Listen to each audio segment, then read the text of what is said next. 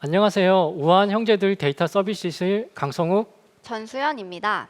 저희는 배민앱 허위 리뷰 탐지 모델의 개발에 대한 전반적인 이야기를 해보려고 합니다. 다양한 종류의 데이터를 하나의 모델 안에서 다루고 이를 여간 유관 부서가 잘 활용되는 결과로 도출한 전체적인 과정에 대해 소개해 드리겠습니다. 허위 리뷰에 대한 설명과 차단 프로세스에 대해 설명을 하고 어떤 식으로 학습 데이터를 구성하고 평가했는지 탐지 모델 구성과 탐지 결과를 활용한 내용 순으로 발표를 진행하겠습니다. 첫 번째로 배민의 허위 리뷰에 대해 다들 많이 궁금해하실 것 같습니다. 배민이 바라보는 허위 리뷰란 어떤 의미인가요? 저희가 생각하는 배민앱의 허위 리뷰는 배달의 민족에 입점한 가게의 별점 평균을 올리기 위해 의도적으로 작성되는 리뷰입니다. 허위 리뷰를 조직적으로 대행해주는 불법 대행 업체들도 있는데요. 이러한 허위 리뷰는 배민앱 생태계의 신뢰성과 건정성을 위협하고 있어서 다양한 방식으로 제재를 하고 있는 상황입니다. 기사 헤드라인을 가져와 봤는데요. 20년도부터 리뷰 운영 정책을 수정 및 강화하여 허위 리뷰 근절 활동을 하고 있습니다. 또한 허위 리뷰가 작성 즉시 차단되는 시스템도 도입하고 이러한 시스템을 통해 적발된 조작 업체에 대해 적극적인 고발 조치까지도 단행하고 있습니다. 정말 배민 내에서도 많은 관심을 가지고 있다고 느껴집니다. 그러면 작년에 허위 리뷰 차단 시스템이 도입되었다고 말씀 주셨는데요. 구체적으로 어떤 프로세스로 운영이 될까요? 사용자가 리뷰를 작성하는 순간 리뷰 시스템이 실시간으로 검수가 필요한 의심 리뷰를 분류하게 됩니다. 배민의 케어 센터에서는 의심 리뷰로 분류된 리뷰들을 검수 페이지에서 검수자가 수동으로 확인하여 차단할지 노출할지를 결정하게 됩니다. 이러한 과정을 통해 배민앱의 전체 리뷰에 대해서 정상 및 허위 라벨 데이터가 쌓이고 있는 환경입니다. 기존 모델은 비지도 학습 모델로 운영되고 있는 데다 허위 패턴이 계속 변화되기 때문에 새로운 모델에 대한 고민을 하게 되었습니다. 그래서 작년부터 잘 쌓아온 리뷰 라벨 데이터를 활용한 지도학습 모델로 버전업을 하였고 오늘 그 과정을 소개해 드리겠습니다. 기존 비지도 학습 베이스 모델이 있는 상황에서 새롭게 지도 학습 모델로 변경하는 과정을 소개해 주시는 거군요. 네, 맞습니다. 그러면 지도 학습에 사용되는 라벨 데이터가 있다고 하셨지만 라벨 분포가 상당히 불균형한 데이터일 것 같은데요. 이러한 불균형 데이터를 처리하는 방법에 대해 소개하기에 앞서 먼저 불균형 데이터가 무엇인지 간단히 설명해 주실 수 있을까요? 네, 불균형 데이터는 데이터 클래스의 분포가 균일하지 않고 어느 한쪽으로 치우쳐진 경우를 의미합니다. 배민앱 전체 리뷰 중에서 허위 리뷰로 차단된 리뷰의 비율은 정상 대비 0.06%로 아주 극소수인 상태로 볼 수 있습니다. 그러면 앞서 설명 주신 이러한 라벨 데이터의 불균형한 상황에서 어떤 고민을 하셨는지 궁금합니다. 불균형 데이터 학습 시 문제점이 있는데요. 소수 클래스에 대한 분포 학습은 어렵고 다수 클래스 분포의 과대 적합 가능성이 존재합니다. 그래서 이러한 문제를 해소하기 위해 두 가지 방법으로 시도해 보았는데요. 첫 번째는 학습 데이터 비율을 조정하는 방법으로 샘플링을 통해 학습 데이터 비율을 적절히 맞추는 방법입니다. 두 번째는 학습 시 가중치를 조절해 주는 방법으로 학습 과정에서 손실함수 수정을 통해 특정 클래스의 가중치를 조정해 주는 방법입니다. 크게 두 가지 방법을 시도해 보셨군요. 그러면 좀 더 구체적으로 설명해 주시겠어요? 첫 번째 방법인 학습 데이터 비율 조정을 위해 샘플링을 적용해 볼 수 있습니다. 샘플링 방식에는 언더 샘플링과 오버 샘플링 두 가지 방법이 존재하는데요. 언더 샘플링은 다수 클래스 데이터 분포에서 소수 클래스 비율만큼 랜덤하게 추출하는 방식이고 오버 샘플링은 소수 클래스 데이터 분포에서 랜덤하게 중복 추출하여 다수 클래스 분포에 맞추는 방식입니다. 오버 샘플링의 경우 소수 클래스의 동일 데이터를 중복 추출하기 때문에 학습 시 소수 클래스에 대해 과대 적합이 발생할 수도 있고 학습 데이터에 새로운 정보를 줄 수 없게 됩니다. 이러한 오버 샘플링의 단점을 보완하기 위해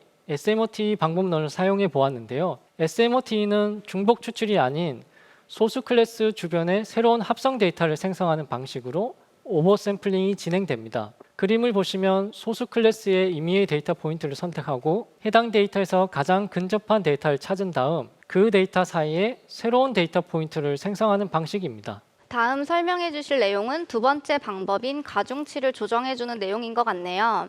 어떤 내용인지 소개 부탁드립니다. 그리고 혹시나 앞선 첫 번째 방법으로 충분하지 않다고 생각하셔서 두 번째 방법까지 시도해 보신 건지도 궁금합니다. 네, 충분하지 않아서라기보다는 여러 방식으로 모델 학습 및 테스트를 시도한 후 모델 성능 평가를 통해 최종의 방법을 선택하였는데요.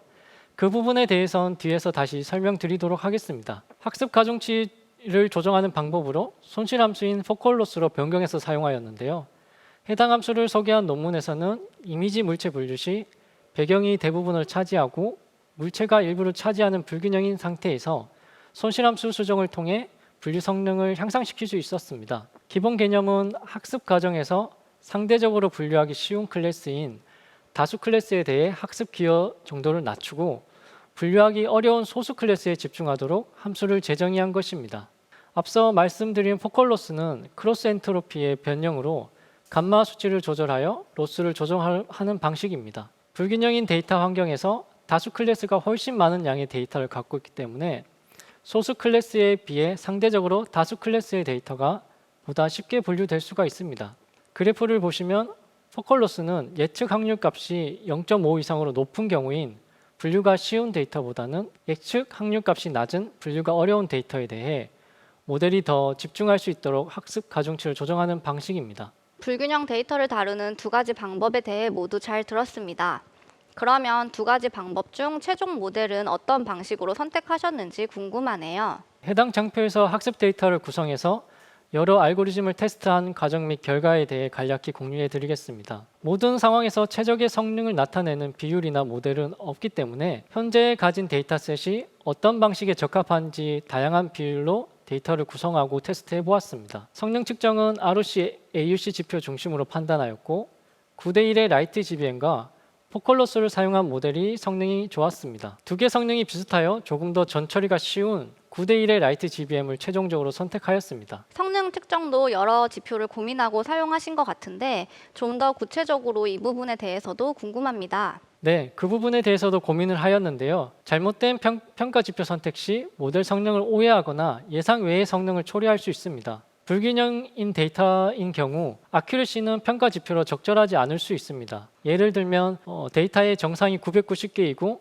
차단이 10개인 경우 모델이 모두 정상으로 예측해도 정확도는 99%가 나오기 때문입니다. 또한 지표 선택 시 탐지 범위와 목적에 따라 어떤 지표의 가중치를 두고 볼지도 결정이 필요한데요. 저희의 경우에는 별도의 검수 프로세스가 존재하기 때문에 더 넓은 범위를 탐지하는 것이 중요해서 리콜을 더 참조했습니다. 만약에 검수 없이 자동 차단이 되는 경우라면 탐지 결과에 대한 정확도를 보는 프리시즌이 더 중요할 수 있습니다.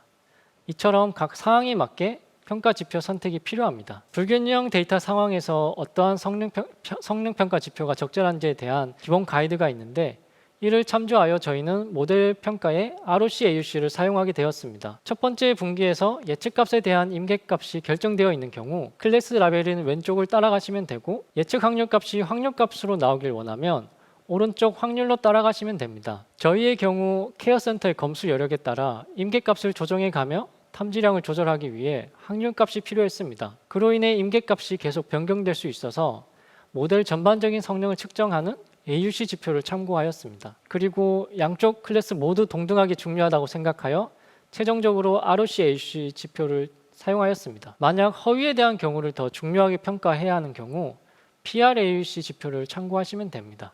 왼쪽에 클래스 라벨 쪽을 좀 더 살펴보면 양쪽 클래스 모두 동등하게 중요한 경우 아큐러시나 Gmin, 허위에 대한 경우를 더 중요하게 볼 경우 F베타 스코어를 고려해 볼 수 있습니다. F베타 스코어는 프리시즌과 리콜의 조합 평균인데요. 오탐을 더 중요하게 볼 건지 미탐을 더 중요하게 볼 건지에 따라 탐지 비용에 따라 적절하게 선택해서 사용하시면 됩니다. 지표에 대한 보다 상세한 설명은 발표 자료 하단 어펜딕스에 추가해 놓았으니 필요하신 분은 참고해 주세요. 모델 평가 지표에 대해서도 많은 고민이 있으셨던 것 같습니다. 그러면 불균형 데이터를 고려하여 모델을 학습하고 테스트한 과정, 그리고 성능 평가 지표를 선정한 과정, 그리고 최종 모델까지 선택한 내용을 잘 이해했습니다. 보다 구체적으로 모델이 어떻게 구성되어 있는지, 그리고 어떤 피처들을 사용했는지 궁금합니다. 네, 저희 모델의 전체 구성은 그림과 같습니다. 앞서 설명한 최종 선택된 모델이 허위 리뷰 탐지 모델 부분이라고 봐주시면 됩니다. 최종 허위 리뷰 탐지 모델에 앞서 텍스트와 네트워크 모델이 별도 학습 및 예측이 되는데요. 이 두 개의 모델에서 반환된 결과도 최종 모델의 피처로 활용되게 됩니다. 또한 다양한 통계 피처까지 조합하여 학습 및 예측을 하는 구조입니다. 의심 리뷰로 반환되는 리뷰에 대해서 케어센터의 검수를 거쳐 최종 결과가 다시 모델 학습 및 예측에 사용되는 프로세스입니다. 최종 허위 리뷰 탐지 모델에 사용된 피처가 다양한 소스에서 오는 것 같아요. 피처 부분에 대해 좀 더 설명 부탁드립니다. 네, 피처는 크게 네 가지로 나눠서 설명해 드릴게요. 먼저 리뷰 작성 시 실시간으로 받아오는 데이터들이 있습니다. 해당 데이터는 리뷰 작성 시점에서만 알 수 있는 데이터도 있고 리뷰 작성 시점까지 누적된 정보를 받아오는 데이터도 있습니다. 통계성 피처는 과거부터 누적된 통계 지표 데이터로 해당 데이터는 유저별, 가게별로 각 특징을 담은 집계성 데이터로 볼 수 있습니다. 남은 두 가지 피처는 네트워크 모델과 텍스트 분류 모델의 탐지 결과를 피처로 다시 활용했는데요. 먼저 리뷰 조작 그룹 탐지 모델을 설명해 드리겠습니다. 해당 모델은 조직적인 리뷰 조작 행위를 하는 그룹을 탐지하기 위해 네트워크 그래프 기반 탐지 모델로 개발하였습니다. 일정 수준의 활동 내역이 있는 유저를 필터하고 각 유저별 리뷰 작성 가게 간 유사도를 측정하게 됩니다. 여기서 유사도는 자카드 유사도를 사용해서 측정하였고 많은 연산량 때문에 유사도 근사값을 추출해주는 민해시 LSH 알고리즘을 사용하였습니다. 유저별 유사도가 높은 회원들을 엣지로 연결하는 네트워크 그래프를 생성해주고 그래프 내 응집도가 높은 그룹을 추출하기 위해 K-코어 알고리즘을 적용하였습니다. 최종 탐지된 결과는 허위 탐지 모델의 피처 값으로 다시 사용하게 됩니다. 마지막 피처는 텍스트를 활용한 분류 모델의 결과를 활용했는데요. 텍스트 분류 모델은 리뷰 작성 시 발생하는 다양한 텍스트에 대해서 허위 패턴인지 아닌지를 판단하는 모델입니다. 모델은 텍스트 형태소 기반 TF-IDF 값을 활용하여 개발하였습니다. 텍스트 데이터를 학습하기 위해서는 텍스트 데이터를 기계가 처리할 수 있는 수치값 형태로 변경이 필요하게 됩니다. 다양한 방법이 있을 수 있겠지만 저희는 TF-IDF 값을 활용하였습니다. TF-IDF 값은 여러 문서가 있을 때 특정 단어가 문서 내에 얼마나 중요한지를 계산한 값으로 문서를 리뷰로 두고 단어를 텍스트 형태소로 두고 계산을 하였습니다. 좀 더 구체적으로 설명드리자면 리뷰별로 텍스트 전처리 및 형태소 분리한 후 각 형태소별 TF-IDF 값을 계산합니다. 이후 각 리뷰별 정상 또는 차단 라벨을 이용하여 학습한 텍스트 트리 모델의 결과값을 허위 리뷰 탐지 모델의 피처로 사용하였습니다. 정말 다양한 데이터들을 고려해서 피처 개발을 하신 것 같아요.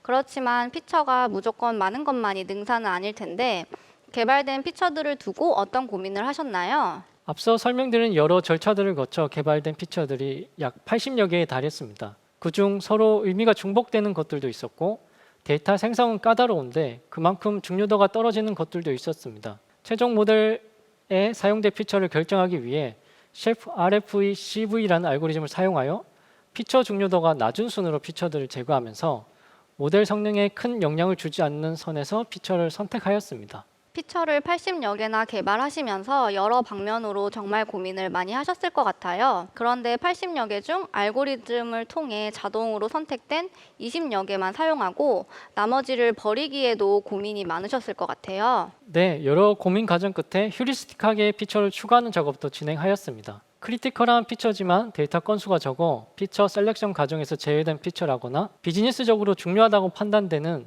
10개의 피처를 따로 추가하였습니다. 배민 내에 발생하는 굉장히 많은 데이터를 최대한 효율적으로 활용할 수 있는 피처를 선택하기 위해 노력했고 총 30여 개의 피처가 최종 모델에 사용되었습니다. 피처 셀렉션을 하셨다고 해도 모델에 사용된 피처가 30여 개 내외라면 해당 리뷰가 어떤 피처에 영향을 받아 허위로 분류되었는지 파악하기가 쉽진 않을 것 같아요. 케어센터 검수자 분들에게도 어떤 피처로 인해 허위로 분류가 되었는지를 전달해드리면 검수에 도움이 될 것 같다는 생각도 들고요. 혹시 이런 부분에 대해서는 어떻게 해결하셨을까요? 네, 맞습니다. 검수 업무의 효율화를 위해 피처 중요도를 전달해 드리는 것도 필요하다고 생각했습니다. 그래서 여러 특성들의 조합을 구성하고 해당 특성 유무에 따른 평균적인 변화를 통해 얻어낸 값인 샤플리 밸류를 활용하였습니다. 예를 들어 A, B, C 세 사람이 있고 협동을 해서 시험을 볼 수 있다고 할 때 A의 기여도를 계산하는 과정을 나타낸 표로 설명해 드리겠습니다. A, B가 함께 시험을 봤을 때 9점이 나왔는데 B 혼자서 시험을 본 경우 4점이 나왔다고 하면 A, B가 같이 시험을 본 경우 A의 기여도는 9 빼기 4로 5점으로 볼 수 있습니다. 각각의 가능한 조합에 대해서 A가 있을 때와 없을 때의 차이를 구한 다음 차이에 대한 가중평균을 구한 값이 A의 샤플리 밸류라고 볼 수 있습니다. 그래서 A의 평균적인 기여도는 4.5점이라고 볼 수 있습니다. 이처럼 샤프 밸류를 사용하면 개별 탐지건에 대해 가장 큰 영향을 준 피처를 알 수 있습니다. 이를 통해 실제 검수자에게 큰 기여를 한 상위 N개 피처를 탐지 사유로 제공하여 검수 시 참고할 수 있도록 하였습니다. 모델의 분류 결과를 허위 또는 정상이 아닌 허위일 확률이 얼마인지로 반환하는 결정부터 해당 확률값에 어떤 피처가 가장 큰 기여를 했는지를 보여주는 부분까지 모델의 결과를 실제 사용하는 내부 구성원들이 가장 효율적으로 잘 사용할 수 있을지 논의하고 협업하는 과정까지 잘 들었습니다. 앞서 설명드린 허위 리뷰 탐지 모델은 배민 앱에서 작성되는 모든 리뷰에 대해 실시간으로 탐지되며 탐지된 결과에 대한 확률 및 피처를 제공하고 있습니다. 이 모델을 도입함으로써 다음과 같은 효과를 기대하고 있습니다. 실시간으로 의심 리뷰를 높은 정확도로 분류하고 탐지 확률 값을 통해 검수 우선순위를 설정할 수 있으며 개별 탐지건에 대한 기여도 높은 피처를 제공하여 효율적으로 검수 업무를 수행할 수 있습니다. 마지막으로 주기적인 모델 학습 갱신을 통해 변화하는 패턴에도 대응하고 있습니다. 앞으로 지속적으로 다양한 피처와 알고리즘을 테스트해보며 모델을 계속 개선해 나갈 예정입니다.